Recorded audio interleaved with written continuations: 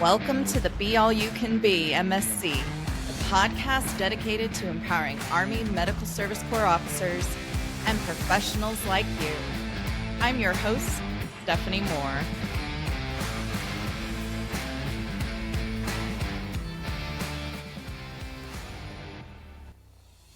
On today's episode of the Be All You Can Be MSC podcast, we're going to go under the microscope and we are going to peel back the layers of one of the most misunderstood yet crucial roles in the U.S. Army today, the Inspector General, known as the IG, and some might call it the Big Bad Wolf. But is that nickname really fair? Well, today we're here to debunk the myths and shed light on the truth of what the IG really does and why it's indispensable to commanders and soldiers alike. Our guest today brings a wealth of experience and command expertise. As a current Command Inspector General, she has garnered a deep understanding and practical experience, and I am thrilled to introduce Colonel Elizabeth Gum. Welcome, ma'am. Thank you so much, Stephanie. I'm so happy to be here. This is a great opportunity. I love talking about myself, but I love talking about the IG and what we can do for you. And if you're listening, I promise you, you will walk away with things that are going to make your life, your staff, maybe even your patients' lives better just for being a part of this. So thank you for listening in. And I can't wait to get through some of these questions. Absolutely, ma'am. So, just to give the audience a little bit of better understanding of your Army experience, could you please tell us a little bit about your Army journey? Okay, I am currently assigned to Medical Readiness Command Europe. I am a 70 kilo by trade. I graduated way back in the day in 1999 from the University of Texas at Austin. I specialized as a 70 kilo loggy pretty much right away. About half of my career has been in force comm units out in the field, and the other half has been in TDAs. I did have one joint assignment with AFRICOM, and that was cool. I've been stationed in Germany, Fort Bliss, Fort Cavazos, Hawaii, Korea. I did the LTHET internship for the MILMIP at Fort Detrick.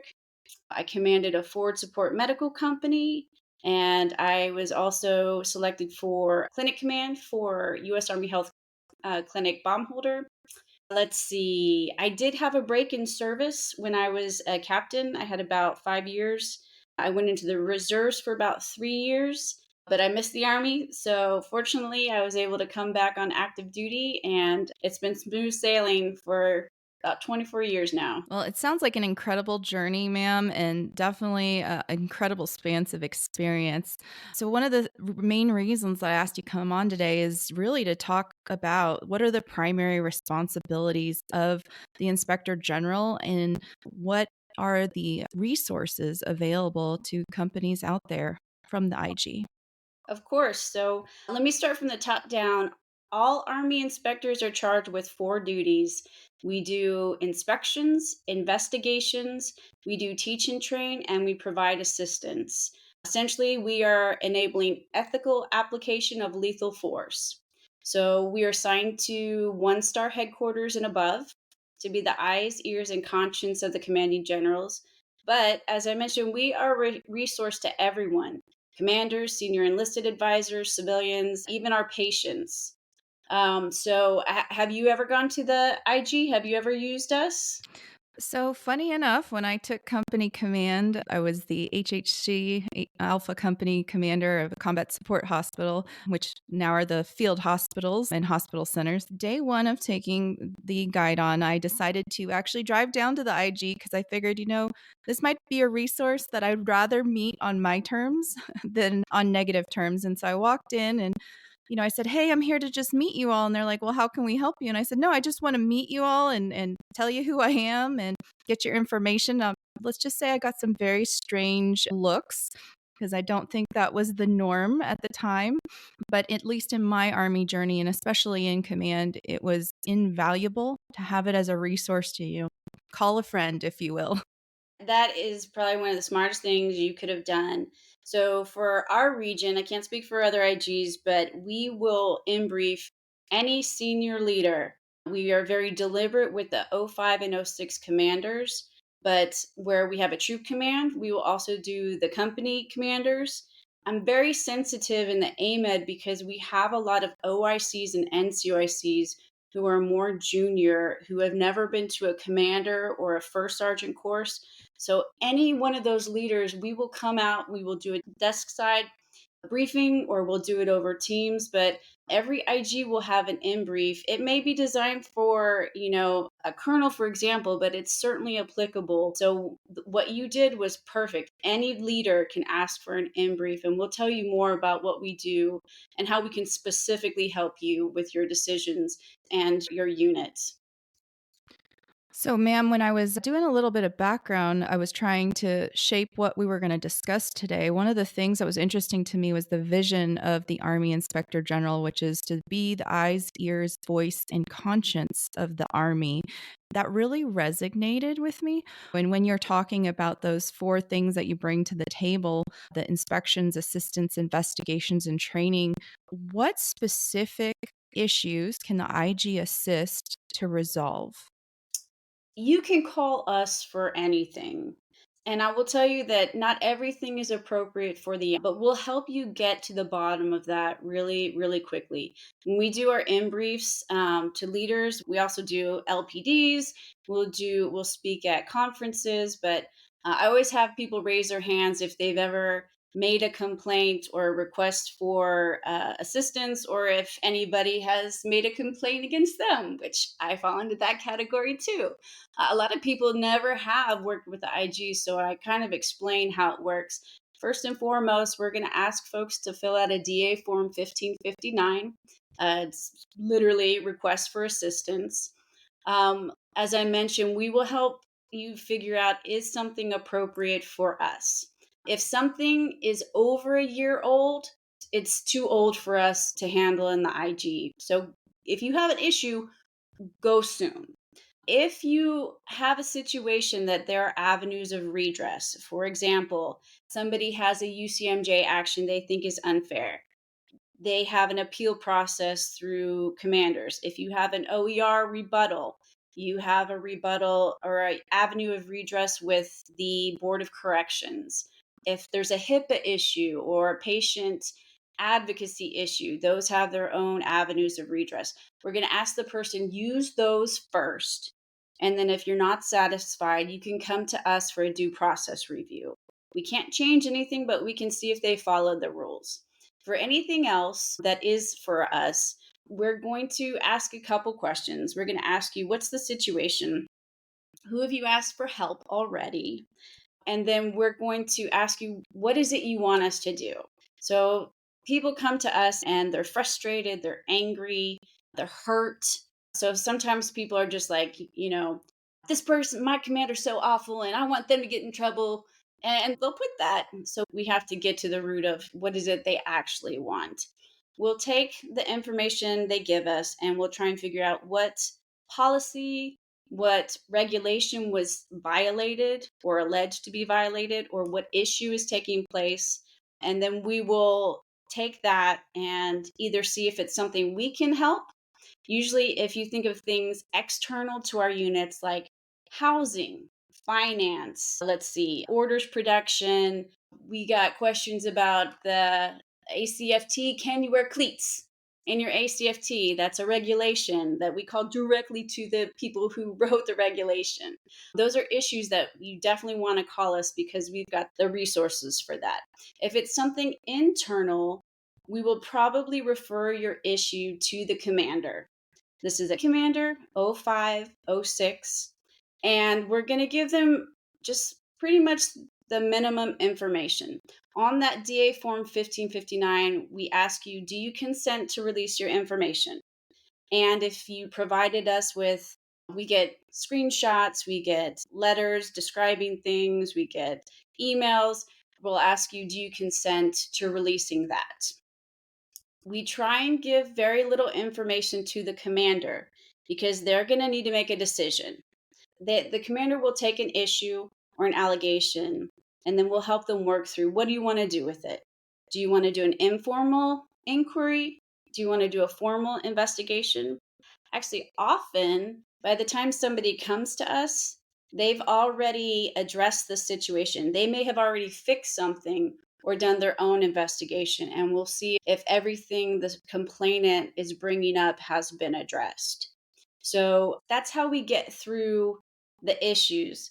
If the commander decides they want to do an investigation and they appoint an investigating officer, an IO, we ask them to send them to us. We will give that person a little bit more information that they need, usually in terms of here's the witnesses and here's a little bit more information about the complainant.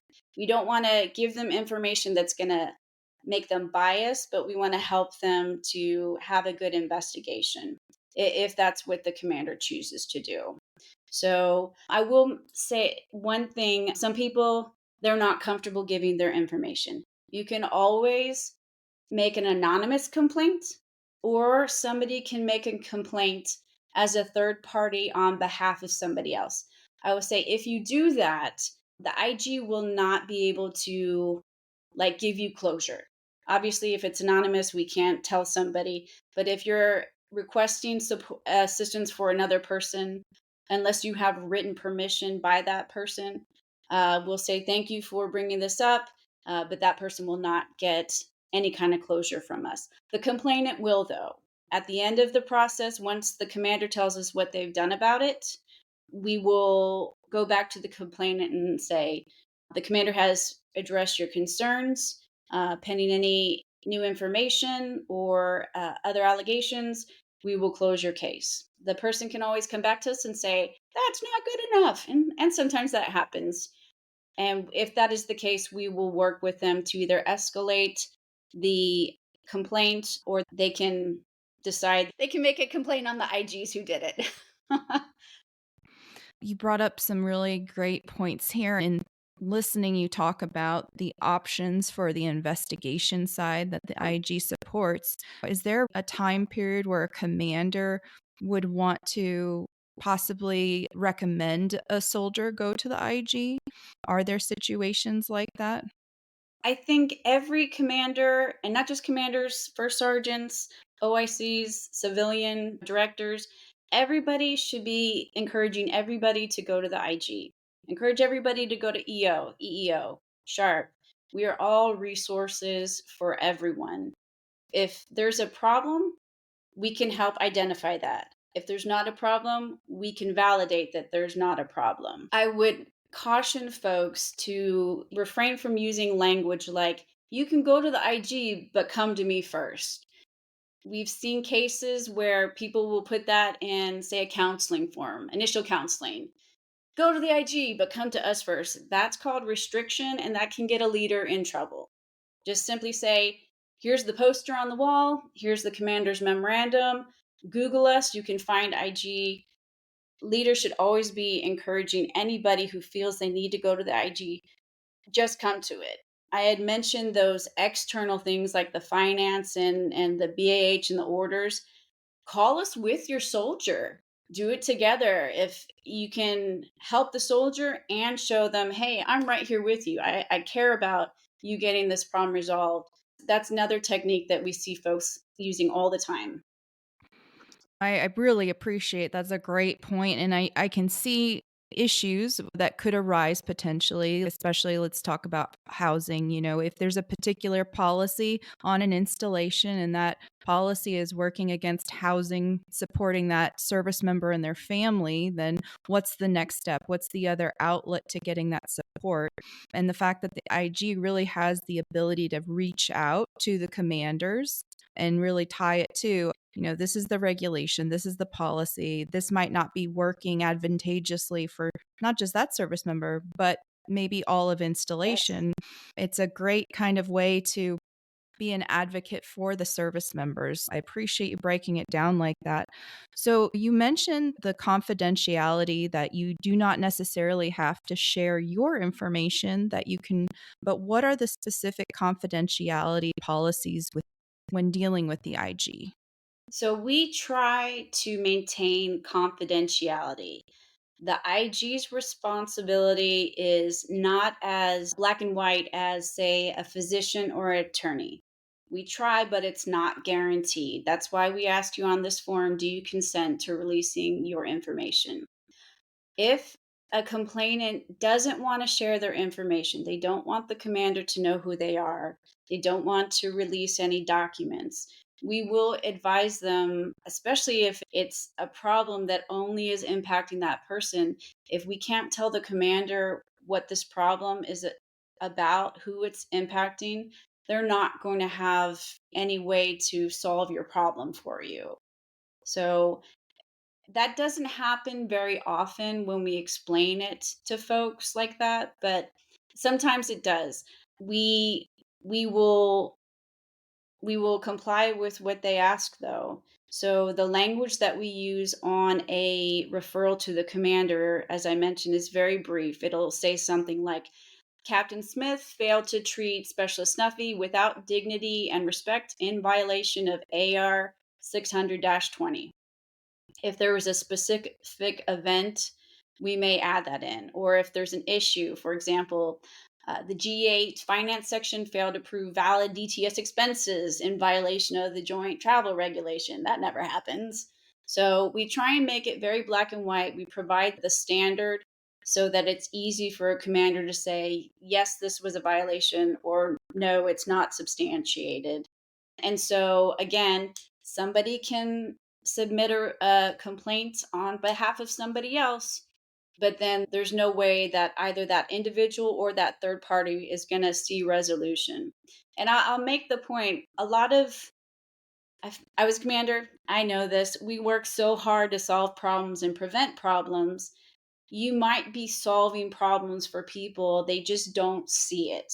When you get, say, your DOX, the climate survey every year in your command, that's an example of a lot of people are making complaints and leaders are working really hard to solve those issues, but it may not be visible. So when we work with individuals, this is our opportunity to show your leaders are trying to make these fixes for you.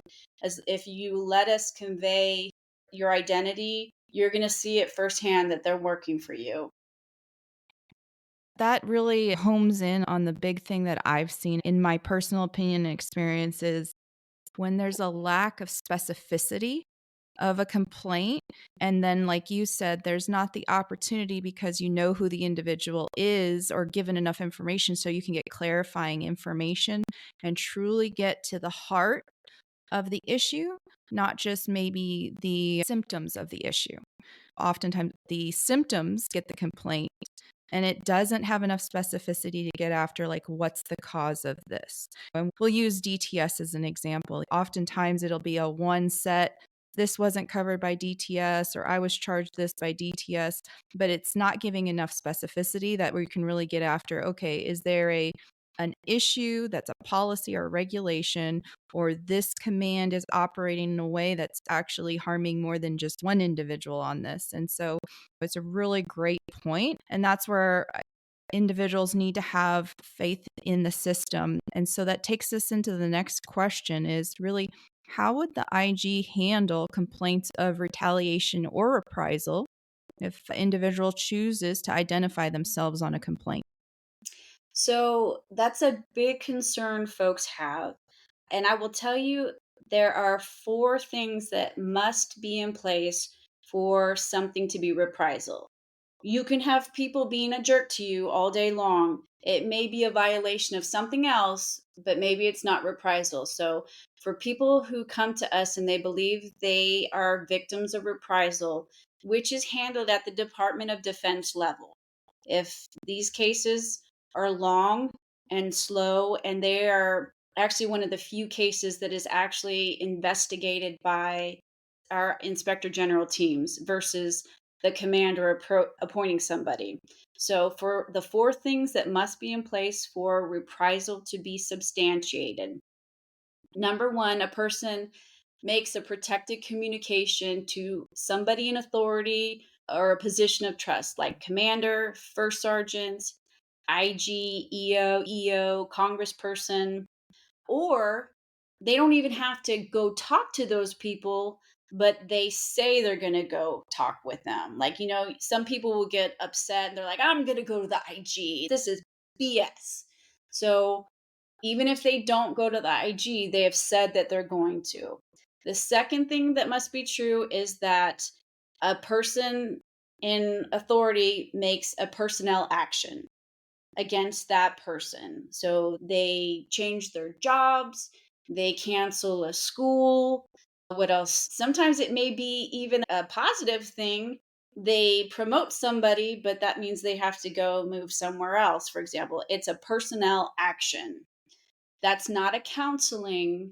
That is not just you get talked to, but it's an actual action, a flag, for example. Number three, the person responsible for that action has to know that the complainant made the protected communication. And then the last one is that personnel action would not have taken place had the protected communication not happened. So I'll give you an example. If somebody comes to us and they have a complaint against their commander after their first Article 15 reading, well, they're going to get part two. So obviously that action was still going to happen. It doesn't mean that the commander's off the hook, but this would not be a case of reprisal. We had another example where a soldier thought there was a case of reprisal. We went into some documentation and there were here's the other thing, commanders, take a note. Always have somebody else with you when you're making decisions. Do not make decisions by yourself. Get your senior enlisted advisor, sergeant major, or a trusted other officer or civilian. Make decisions together. For example, somebody was not recommended for a promotion, one of the automatic promotions. They had not completed a school or they had just come off ACFT flag. But the decision in this case, the commander and the first sergeant had documentation. No, I put this paperwork in on the first of the month, like I'm supposed to for promotion decisions. So that was already made before that person had made the complaint or made their protected communication. So it could have been something, but it's not reprisal in those cases. I really love how you broke that down. And for me, the thing that I think as an officer that stands out is over my time in service is hearing individuals who are like, I had an issue at work and then I got a bad OER. So now I'm going to go to the IG. And Right. so those four components, like the way you broke that down, I think really is the reason why going after you receive that OER isn't really going to assist you or help you necessarily. If there were issues prior to, you need to also kind of advocate for yourself and make sure you're using the resources out there to protect you in the event that people are not abiding by Army values or Army regulations or policy. I was going to double tap that. There are a couple other techniques that does not just commanders, not just first sergeants, any leader can use. I like you mentioned you went to go see the IG just to have the relationship.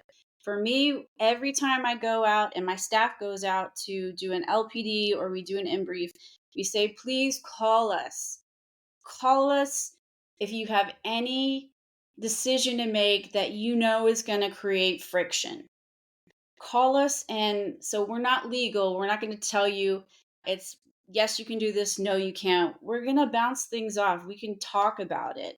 What's the consequences if you choose this course of action? We can help leaders understand, can you do something? Because we do the research, we know the regulations. Should you do something? Okay, so you see things in WTF Army or the Salty Soldier and lots of bad decisions people make that impact people. Had those people called their IG, they would not be on WTF Army, I promise you. So call us so we can help decide your courses of action before you make the decision. Another thing that leaders can do when you are making those decisions, get your phone and do a voice memo. Like if you have a difficult counseling or you're making a decision, make a voice memo and just talk through stream of consciousness. What is it? Who's involved? What time is it? Who was around? What was said? So if you have to go back at any point, you've got these details to do that memorandum for record. Or when you're being interviewed for something, you say, I understand this person was upset. Here, I made these notes to myself, and I can tell you with accuracy, this is my recollection of the event. that might be able to help avoid problems and establish expectation. For example, Army health clinics. Our soldiers have got to be there at 7:30 or before to get the clinic open, right? But we're supposed to do PT or maybe sergeant's time training. So for my clinic, we started our day at like 5:30 sometimes. But it doesn't work for everybody. Maybe the CDC isn't open, so you can't drop your kids off. Or maybe you've got people who are doing their transition. So they've got their SFL tap and they can't be there. Can a commander mandate that everybody, lottie dottie, everybody is there at 0530, every rank, every grade? Yes, they can. Should they? Maybe not. So we can help with those potentially conflicting decisions to help folks. You're the commander, you make the decision, but you may want to think about X, Y, and Z. You got after something really important there, and that is the commanders. Yes, the regulation is black and white, but leading isn't necessarily black and white. And the decisions we make have those second, third order effects. And the decision to have everyone out of formation at a certain time, you have to think about what is like a reasonably prudent person viewpoint of it. It's not just about what you have the authority to do, but if we're looking at it holistically, an outsider looking in, is it reasonable to tell someone the night before you have to be there at 0500 formed up, which you and I both know means you're 15 minutes Of course. prior, and the daycare is not open? So now are you paying extra to have your kids taken care of by someone? And is that causing a financial burden to that individual? Are your kids sitting in your car, heavens forbid, where they shouldn't be by themselves? So there's all these second, third order impacts to these decisions. And going back to your point about not making decisions by yourself. That's the great thing about the Army is it really is a team sport. That's why they're called command teams. And I agree. I can't even think of a decision when I was a commander that I'd made by myself. If anything, I annoyed my first sergeant because I would have rather have made all the decisions together than to be alone on that island or make the wrong decision, not thinking about the impacts of my decision set. So thank you for bringing up those great examples. And I also like how thinking about it proactively, the little tips about making note when you have those difficult situations or conversations, because the reality is it might come back up again. And if it's a month after it happened, how do you remember what occurred or what advice or guidance you gave? So thank you for those tips. Do you have any other tips for commanders to be proactive? I think one thing I really didn't realize until I was way senior in my career, there's a spectrum of trust and not trust. So on a scale of 1 to 10, I am a 10 out of 10 truster. You can steal my car, I will lend you my bike. And it did not even occur to me that you have people on the opposite end of that spectrum. They don't know you. You have to earn their trust. Not only do they not know you, but they've had a really bad commander in their past and you now own that baggage. Or you had a first sergeant who was just brutal to you. And this person, any first sergeant that comes after, this soldier or this staff member is going to put that baggage to that new first sergeant. And so when you think about, I can trust people, we're going to have the same vision, or everybody wants to be good, or everyone's going to make positive decisions. It's very hard, especially if you are a truster, to think in a way that's counter to how you feel. On the flip side, if you are not a truster, and you have somebody who's very sincere and like they're loyal, that non-trusting leader might think that the trusting staff member is blowing smoke, or they're just playing a role, they're not being honest and sincere, they're just faking it. So like this person is really 100% in, but the leader's not a truster, so they don't trust this person who wants to give them everything. And so it comes down to personality and expectation management. But if you just remember, err on the side of caution, kind of going back to making those notes, don't make difficult decisions by yourself. You may think that you're having a constructive conversation with somebody, like a counseling or a verbal, hey, you were late and it's 3 times this month, is there anything going on? That person might not hear you trying to be a leader and help them solve whatever's making you late. They're like, they're getting on my case. Oh my gosh, they're bagging on me for being late. They don't care. This stinks. So you might be having the best of intention, but somebody thinks that you're punishing them. And so they can retaliate against you, the leader.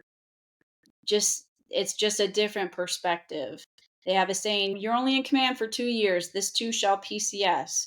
Some people are literally just waiting for you to leave because the next person might be an easier leader to get through. So, on the concept of trust, especially if you're a truster, some folks are not like that and can come back to bite you. That's why you need to make sure you've got that battle, or call your IG, call your chaplain, have somebody else that helps you make those difficult decisions because you want to do the right thing. You're a leader. You know you have to do the right thing regardless of how somebody might feel about it.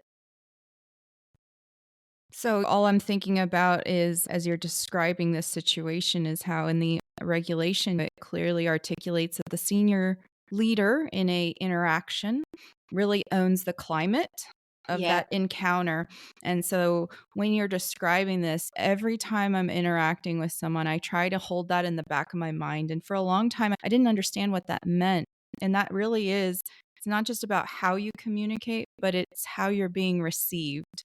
And I wish we would spend more time in our PME courses, our primary military education, focusing on this. I know we do a little bit at CGSC and ILE, but I wish we would do it sooner in our careers as we develop as leaders, because I think it's to our benefit to understand that.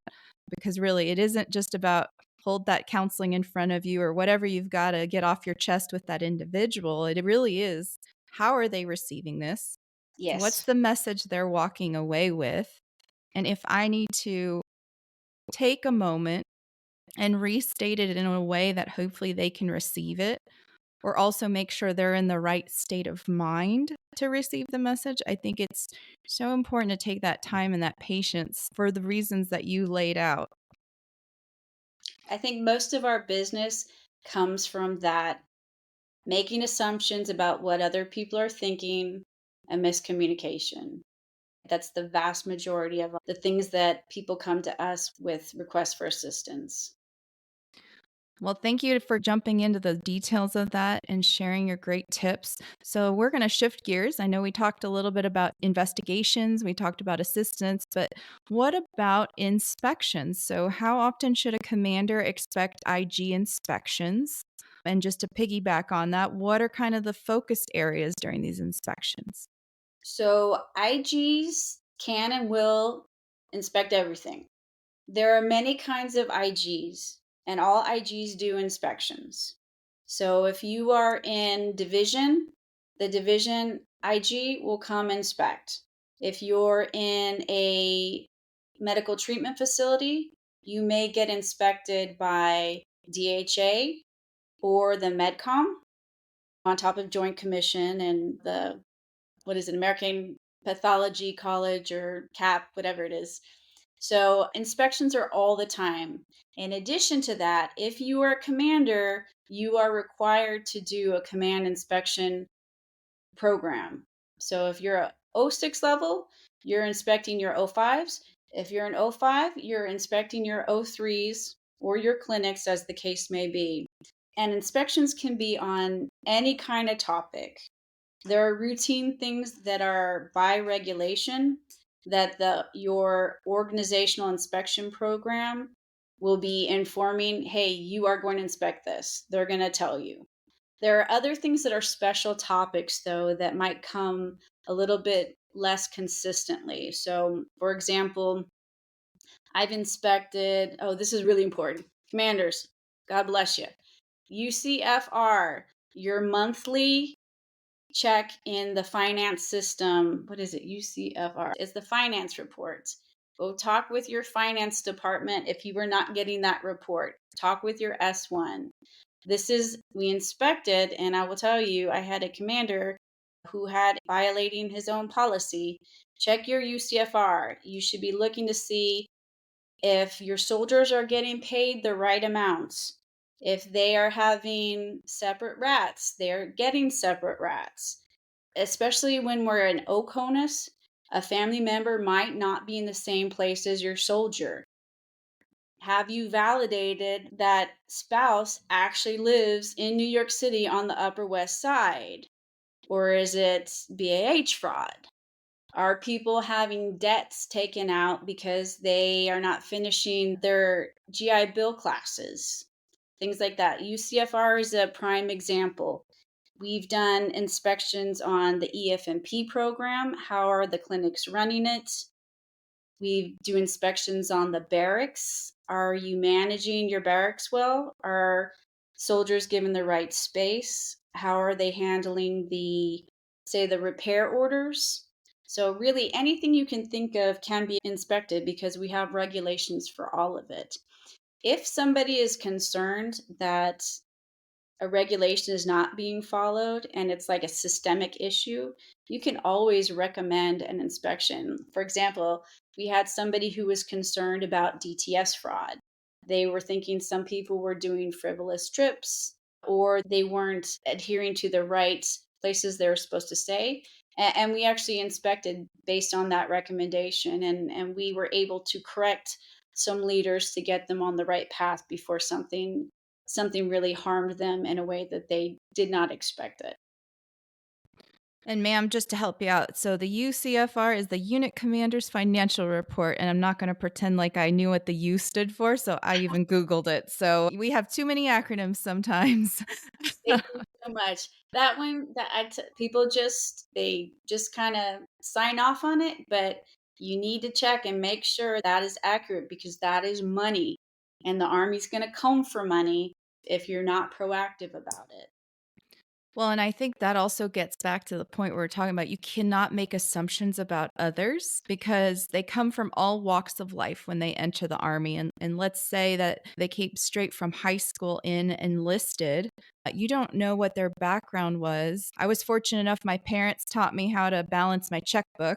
Of Oh course, yeah. nowadays, most people don't even have a checkbook. So you don't know what they know financially. You don't know if they understand the importance of living off a budget or being mindful of what they spend before it gets out of hand with, let's say, a star card from the PX. Um, Yeah. and to me, that was the one that always stood out when I was in command. Is I feel like I wanted to shred every star card I could find. But no, and I also appreciate you bringing up about the barracks, the right space. And for the audience out there, there is a requirement, a certain amount of square footage that's allotted for living space and even actually office space. So if anyone ever tries to put you in a broom closet, make sure they've looked up if they're giving you enough square footage. And I say that half heartedly and half jokingly. So, leading into these inspections, I can imagine this is where that training opportunity with the IG comes into place. And so, what types of training specifically? I know you mentioned LPDs, but what would be like a typical LPD or training opportunity that you've provided as an IG? So all IGs kind of have a different focus. I'm not a regular IG, I'm a cool IG. So most of my training is based on a lot of personality conflicts, getting over those kinds of things. I'm an arbinger, developing and implementing an outward mindset facilitator. So a lot of my personal training is based on relationships and communication, but we will also come out and do training on teaching people how to inspect, teaching people how to look in a regulation and design an inspection. So if you're an S4 and you have an inspection program that you need to look at your property book, your hand receipts, your key control, all these things, we can help you design an inspection if you don't already have one, determining what are your regulations, what are the standards, and how do you make a checklist. If for folks that have never done an inspection before, generally a first look should be a staff assistance visit. It should be, hey, let's discover here. What let's learn together, what are the regulations? What are we supposed to be doing? And let's have the plan to implement what we're not doing. Then the second year, okay, we had this plan last year in the SAV. Now let's go back and see if this all took place. So, those are the kind of trainings that we can do. We will also provide training to investigators. So, not everybody has access to kind of historical knowledge, but the inspector general is working with the, I guess, the attorney general. We call it TIG, and I guess that would be the tag for the legal side. But there is a training coming out. It's like interactive and video that you can get from your legal department on conducting investigations. So your IG can help you, but it's really owned by the legal folks. And there is a new handbook coming out for commanders. It's in draft form right now, but this is an IG handbook for commanders. I think it's geared more for the '05 and '06 commanders, but definitely applicable to not only '03 commanders, but any kind of leader who just wants to know what right looks like and how to do my job in an ethical manner. I'm super excited to hear that because I love the smart books, the handbooks that come out. I find that they're invaluable. So that I'm super excited to hear that's in the works. And thank you for kind of highlighting the full aperture of the training that's offered. So one of the things I'd be curious is, does the IG have a role in emergency situations or crisis in a unit? So, yes, but it's not really any different than any other time. And in fact, becomes even more important because when there's a crisis, people feel cornered into making decisions. So, again, if there are any questions about can I, should I, a call to the IG is going to help you be confident in your decision making.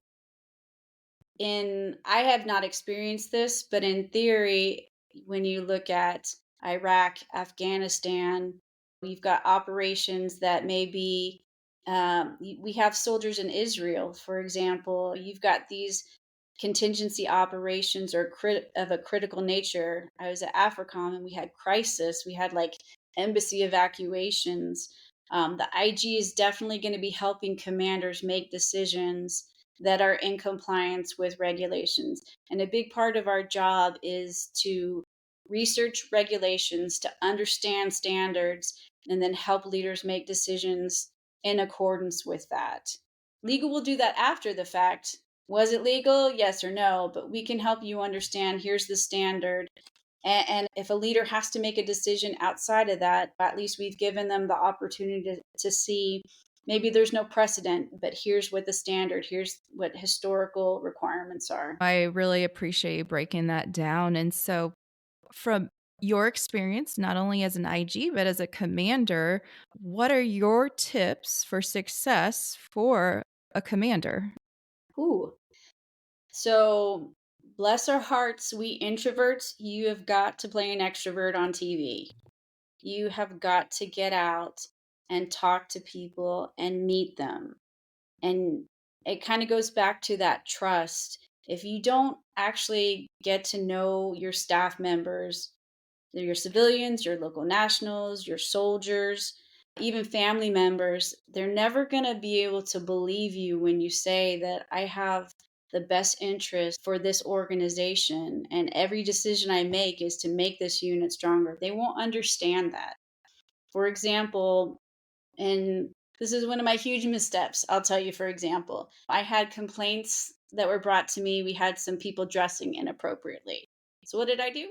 I made a dress code and I even got it approved through legal. How do you think that went over when I said, thou shalt not wear this and this? I felt like you were targeting individuals, is my Yes. guess. So, so that's an example of me not being in touch because I didn't go ask people, hey, is, why are you wearing that open toed shoes in our clinic? For example, I had an Arbinger session where I thought everything was great because as a commander, everything that I asked was done. They were so effective. They were so efficient. I'm like, this is great. And I would do walkabout. Hey, what can I do for you? Is everything okay? What can I do for you? Oh, nothing, ma'am. Everything's great. And so it came out a couple months into command that I was coming around at the wrong time. They didn't have time to talk to me and tell me what they needed. In fact, they needed me to not come by when they were in the middle of like in processing people with the MSAs and the nurses coming in. And so, had I, kind of gotten to know people a little bit better and made them comfortable, I would have not had this drama. And we got over it. I promise we got over it. I cried a little bit, but then we got over it. You have to get to know people. I recommend that you actually go to lunch with people. If you're an extrovert, maybe you do this all the time and it's easy for you. Food makes everything easier. Coffee makes everything easier. So force yourself, even if it doesn't feel natural. I know it doesn't feel natural for them either, I promise. But ask someone to go to lunch with you or a couple people, or do your counselings like outside, having a cup of coffee, have a conversation. And when people like talk with you over food, it can build a relationship. And along those lines, once a month, do something around food. Have a potluck, have a section, sponsor a themed lunch or breakfast tacos in the morning after a PT run. Do something once a month. You can make it into a hail and farewell to do award presentations, things like that. It makes a difference. You have such power as a commander, as a first sergeant, as a leader. And if you don't make an effort to make a big deal, nobody will if you don't. And they won't feel important if you don't. So, and make it big, make it loud. I had one of my nurses, he didn't get it. For example, when we did our Joint Commission survey for Landstuhl, we had a video. This was during COVID, but we videoed everybody unveiling their certificates on their wall. And when it came to the Baumholder Army Health Clinic, I got 10 of those massive glitter cannons. And I talked to housekeeping before. And when it was our turn, we unveiled it and we popped them off, and everyone's like, "Yeah, we're going crazy." And it was I'm like giving myself goosebumps. It was the coolest thing. And you know what? Everybody remembered that moment for how hard we worked to get there, and that celebration. And my chief nurse came up to me. He's like, "Ma'am, I have always thought you're crazy with all these things, but I get it. I saw the way these folks, this crazy thing glitter in a clinic, and it was incredible. And the people who actually got to pop off the glitter, it was amazing." So do food, get out of your office at least once a week and do coffee or lunch and celebrate everything you can. Shell out the money for coins. Just do it. Don't, if the army won't pay for it, just buy it. Get the coins because that makes such a difference to people. Get t shirts. And last but not least, do Casual Friday. Like, let people be humans. Like, if you have your polo, cool, but give people the opportunity to show their personality, to look gorgeous. They will love it, and it will really make a difference to morale. Those are such easy wins, and other than the coins, really cost you nothing. Well, I really appreciate that, ma'am. And no, you made me excited hearing about the big win because let's face it, joint inspection is a nightmare leading up to it. And thank you for your vulnerability and opening up about some of your own challenges as a leader. I appreciate your humility and sharing that with the audience. So, one of the things that I've really noticed in talking to you is how passionate you are and excited you are about what you do as an IG.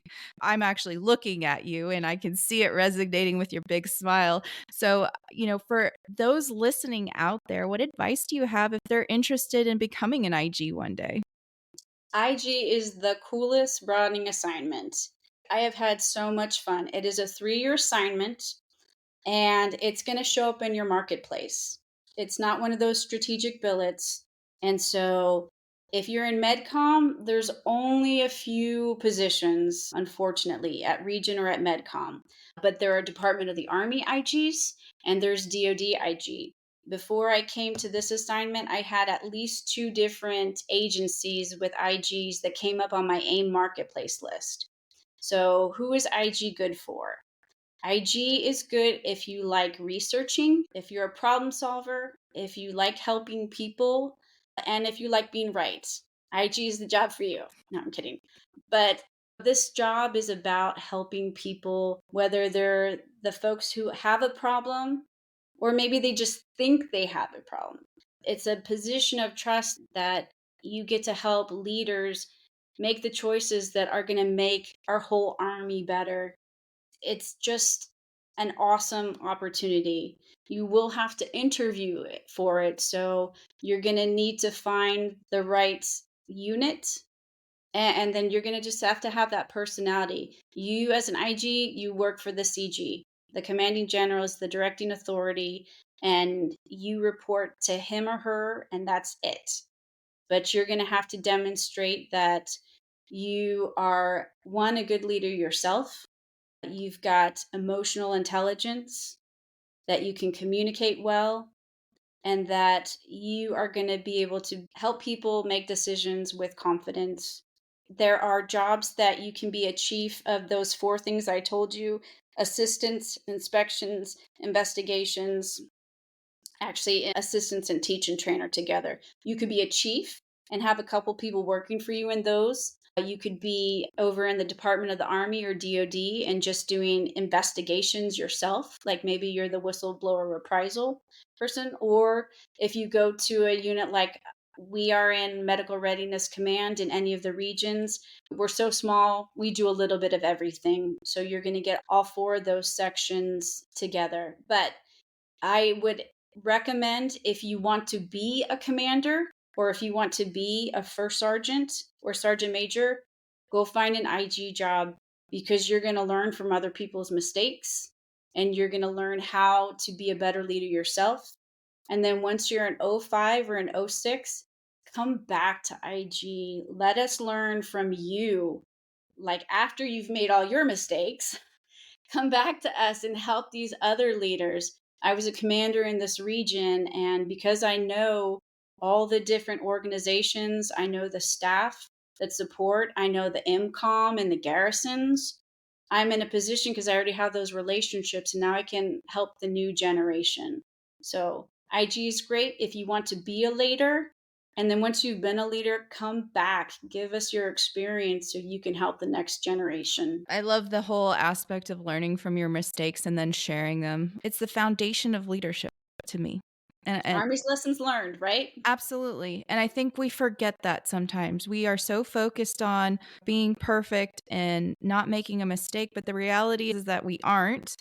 And us sharing from our experiences, like you were today, being vulnerable, helps everyone else better their leadership. And so I love that you're highlighting that. I really appreciate it. So let's wrap this up with some fun then. So, what is the best career advice you've ever given or received? I will share what I have received. And there are two things, and fortunately, they happened pretty early on. Colonel Eric Rude, also a UT alumni, he told me, Liz, if you're not making mistakes, you're not trying hard enough. And it took me a while to understand, like, if you're not making any mistakes, you're playing it too safe. You're not pushing yourself, you're not pushing your team. So don't be afraid of the mistake. And if you're a leader, don't be afraid of other people's mistakes. Underwrite them. Like, help them grow and learn so that it turns into something better for the future. So that's the first one. And then the second one, Colonel Suli Davis. She was my DCA at Tripler. I was having a hard time, like, getting things done. And she said, Liz, it's not working. Try something else. So and for some reason, that just stuck with me. Like, and I tried something else that day, and lo and behold, it worked. So what I took from that is, I could be right all day, but if it's not working, if other people are not doing what I need them to do, then it doesn't matter. Try something else. That kind of goes along into some of the Arbinger stuff, but it's not working, Liz. Try something else. So, Well, thank you for sharing that great advice. And then our last question of the day: what is a fun fact about you? And if you don't have one, just share with us your favorite ice cream. fun fact about me, I have chickens. In fact, I just borrowed a rooster and I had to catch him and go give him back to his owner because we were trying to have baby chicks. But if you've ever been curious, get some chickens in your backyard. You got the free egg. They're not free, actually, they become very expensive. But you have the eggs. They're so soothing to watch. They're better than tropical fish. And they're just, and like, if you're eco-friendly, they can, like, eat your leftovers or the spoiled tomatoes or the leftover meat. They'll even eat chicken. So, but get chickens. That's like the coolest thing. And they're very easy pets. I love that. Yeah, I hear that the best eggs are the chickens that eat eggs, but I don't know if that's true. Well, hopefully they're not pecking their own eggs open because then you gotta kind of. Oh, I meant like scrambled eggs. Our eggs are awesome. They got those bright orange yolks. So yeah, that was something that I've done for a couple years, and people think I'm crazy, but I love it. Nice. Well, thank you so much for sharing some incredible insights today of both your professional experience and some great advice. I appreciate you coming on, ma'am. It's been a pleasure talking to you. Thank you so much, Stephanie. And for anybody listening, you know what? Your IG is going to help you, but you are welcome to reach out to me directly, like anytime. I'm on LinkedIn. I'm on the global Colonel Elizabeth Gum. You feel free to contact me anytime if you've got a asking for a friend question. I'm very happy to be your IG too. So thanks and good luck, everybody. Thank you for joining us. Don't miss the next episode of the Be All You Can Be MSC podcast. Subscribe now and join our vibrant community of ambitious professionals who are taking their careers to the next level. The opinions shared on this podcast are the personal opinions of the guests and the hosts. They do not reflect the official position of the Medical Service Corps, the Department of Defense, or the U.S. government.